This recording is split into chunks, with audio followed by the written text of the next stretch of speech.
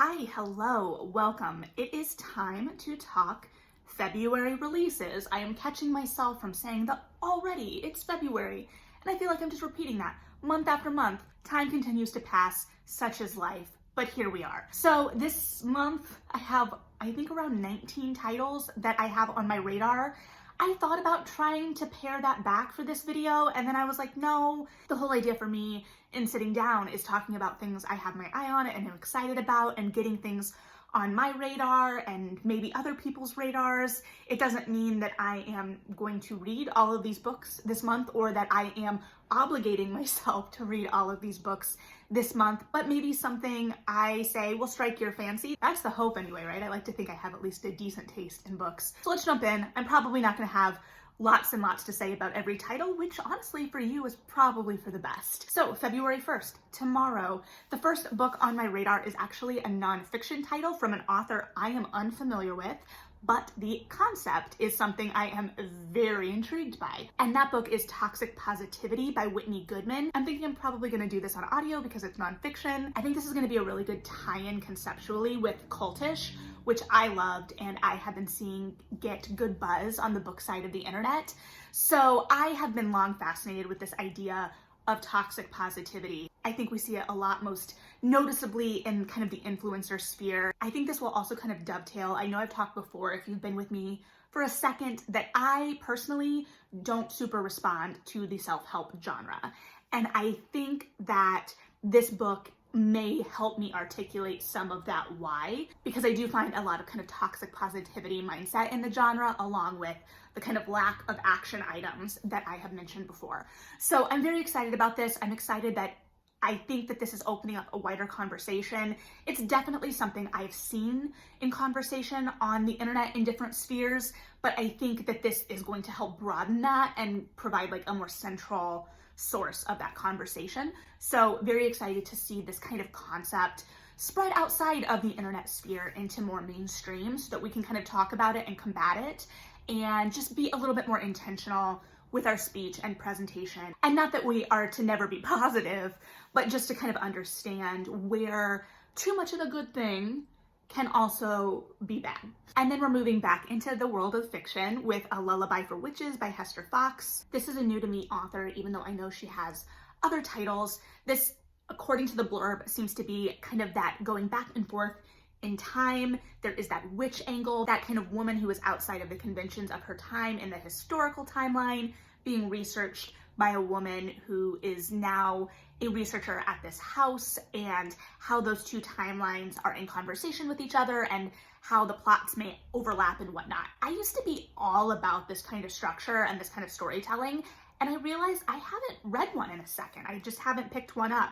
So this will definitely be something I'll keep my eye on. The next book is When We Lost Our Heads by Heather O'Neill. I have read one of her previous titles, The Lonely Hearts Hotel, although it has been a while and I don't remember much about it, but it was kind of like a historical atmospheric thing. This one is also taking place in, I believe, Montreal, and follows two young women who have a really intense friendship. It is also historical, and the intensity of that friendship, I think, spirals, and there is conflict and, you know, some major things that happen within the bounds of that friendship and how it kind of impacts the trajectory of both of their lives. I have not read it yet. I do have it on hold at the library, so hopefully I will find out quickly what that is. I wasn't sure at first when I read the blurb, I'm not gonna lie. I was like, I don't know. And then I was really fascinated by this idea of female friendship and the intensity of female friendship. And I think that there are multiple narratives,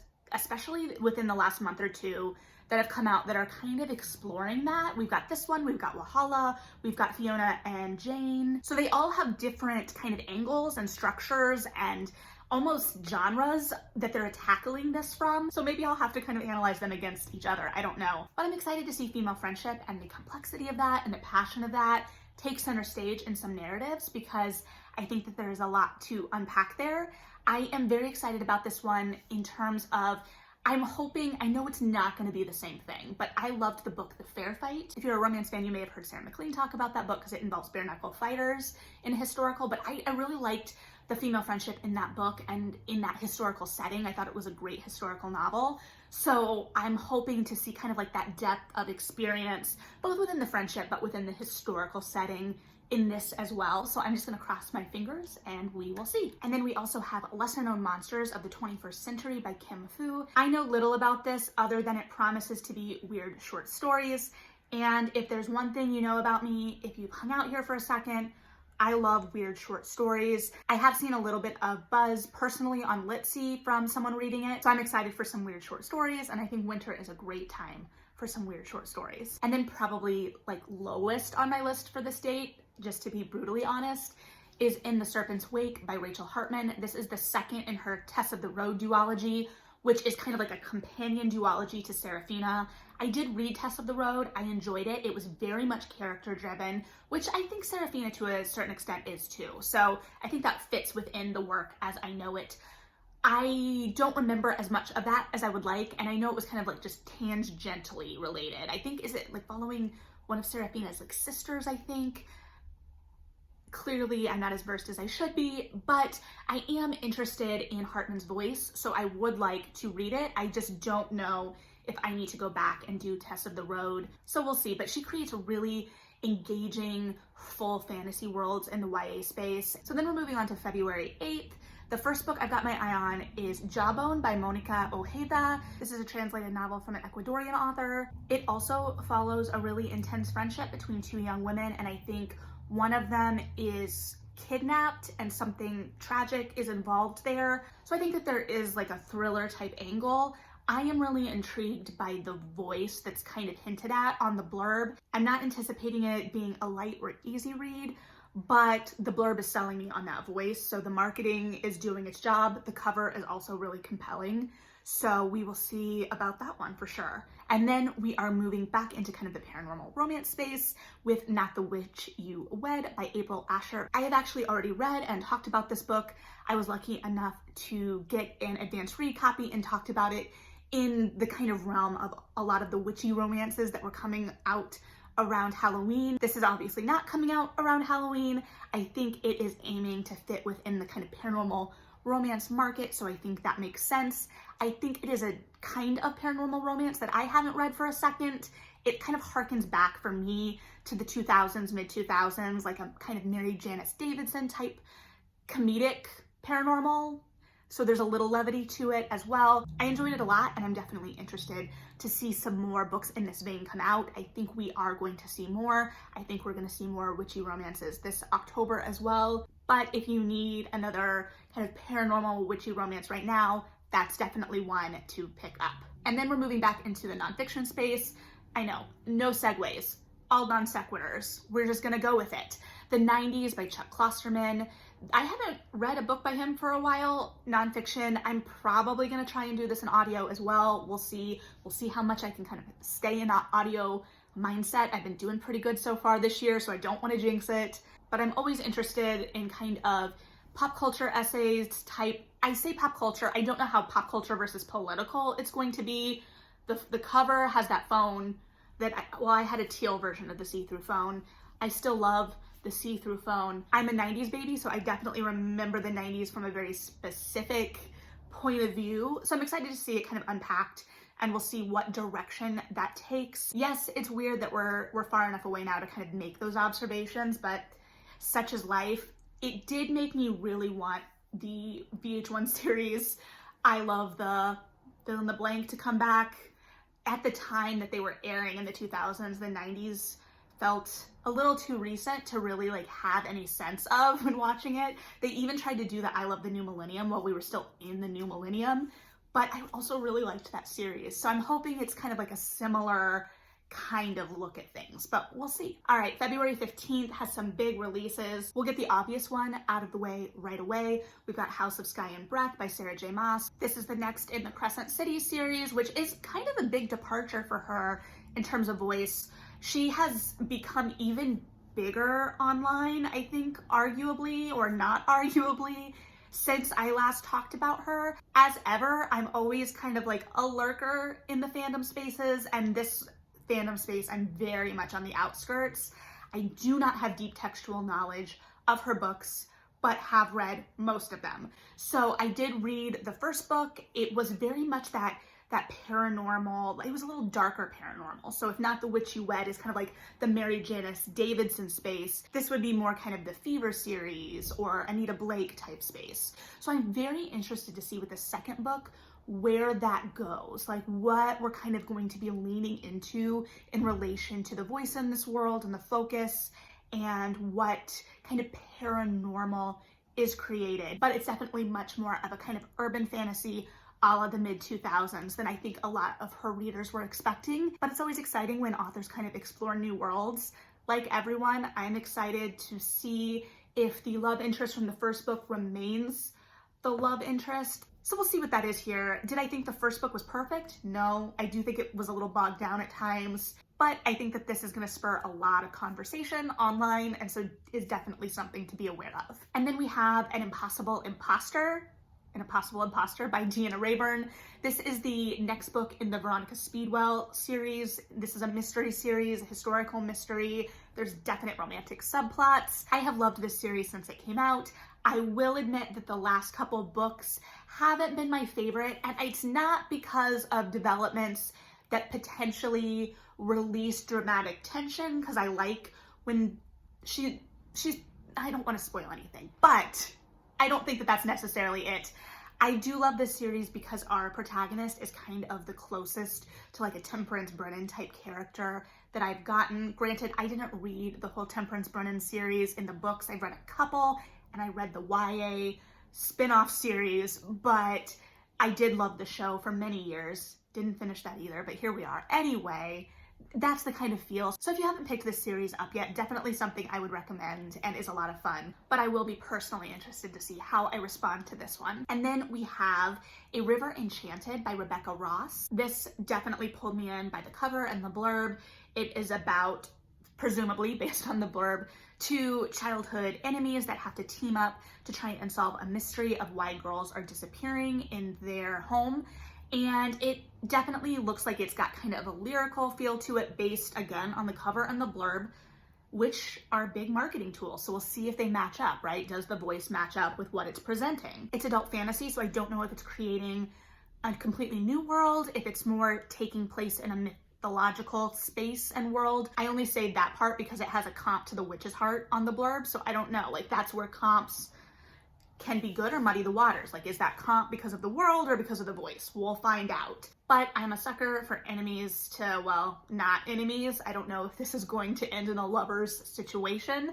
I'm sure that I will probably be rooting for it depending on where the writing leads me, but I'm intrigued. And then the other big release from this date, I did not forget about it, is Moon Witch Spider King by Marlon James. I need to go back and reread Black Leopard Red Wolf before diving into this one. I am anticipating using my Penguin Random House Reader rewards for this book, and I'm excited about it.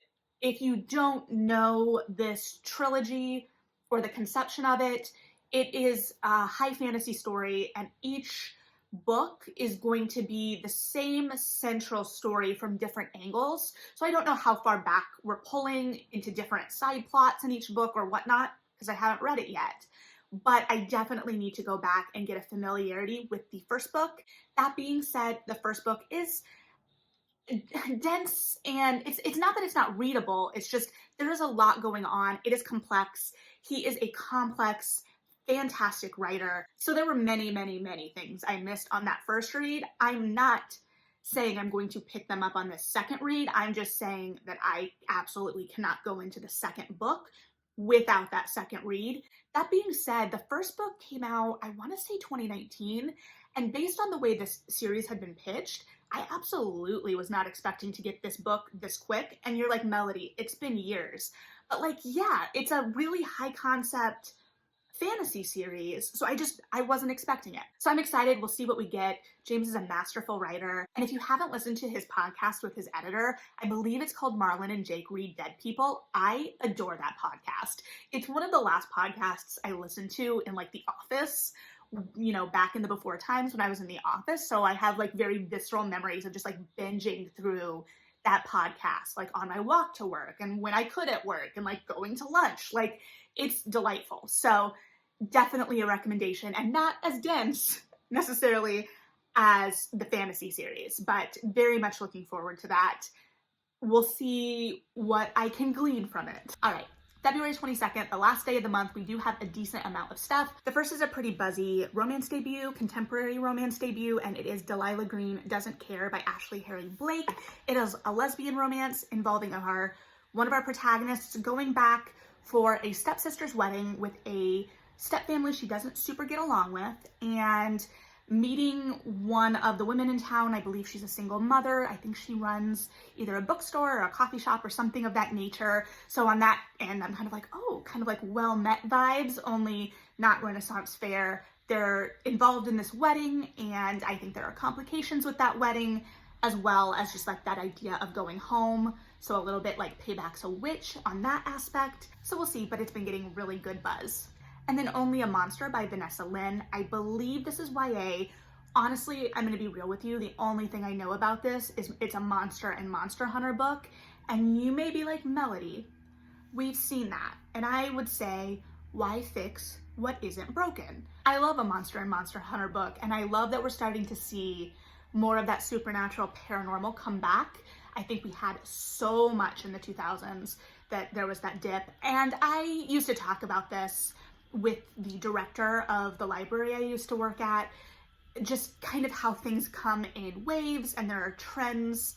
We know this, but I'm excited to see this kind of making a resurgence in terms of the trends, and we're seeing new takes on it, new angles, and I absolutely want new takes and new angles. And then we have another nonfiction that I've got my eye on, The Duchess Countess by Catherine Ostler. I admittedly know nothing about this author, nothing about the historical figure this book is based on, basically anything, other than it was a woman who was considered scandalous at her time in history, and it's looking at her life and the world she inhabited, and presumably her scandals. The blurb talks about how her scandals at the time were buzzier in British society than the Revolution, so I'm interested to see what that is. And because of it being a little bit more of a biography of sorts, I'm anticipating it falling a little bit on the more narrative nonfiction side of the nonfiction spectrum. So we'll see. I have this pre-ordered on audio, knowing absolutely basically what I told you is what I know. So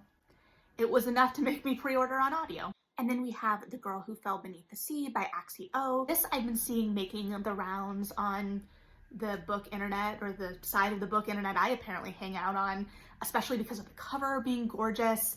The blurb is super intriguing to me. It follows our protagonist as she kind of sacrifices herself in that tradition of a maiden having to be sacrificed to a thing, and her brother's sweetheart is going to be sacrificed, or is like the favorite to be sacrificed, and her brother is going to put himself at risk in trying to save her. And so our protagonist sacrifices herself and then is transported to this liminal space. You know how I feel about a liminal space, and has to go on a quest with a time crunch and meets all kinds of characters that join her in her quest. To my knowledge, there's mythology, there's fairy tale-esque aspects, so sign me up. Very excited. And then we have Tripping Arcadia by Kit Maquist. This is also a debut to my knowledge, and the blurb, I don't see the blurb lying about that. As it shows on the cover, it says a gothic, so we know why I am intrigued. It follows our protagonist. She starts working for a very wealthy family, mostly as a caretaker, and I will admit that this is where I'm kind of like, we'll see how it goes, because she's caring for the heir of the family, according to the blurb, who is sick with a mysterious illness, is also a drunk, so is of age, presumably. I'll see, but it looks like it's interested in peeling back and exposing the rot beneath the guild, which I'm always intrigued by. I just hope it doesn't slip into any ableism in that exploration. So all that to say, I'm excited to read this book, and based on the blurb, I think it is also going to appeal to thriller readers. So, and then to close out the month, since it's February, absolutely with romances, we have The Battle of the Rakes. So the first book is The Rake Gets Ravished by Sophie Jordan. This, surprisingly, contains a rake and a gaming hell. And that is what I know, and that is what I need to know to pick up this book.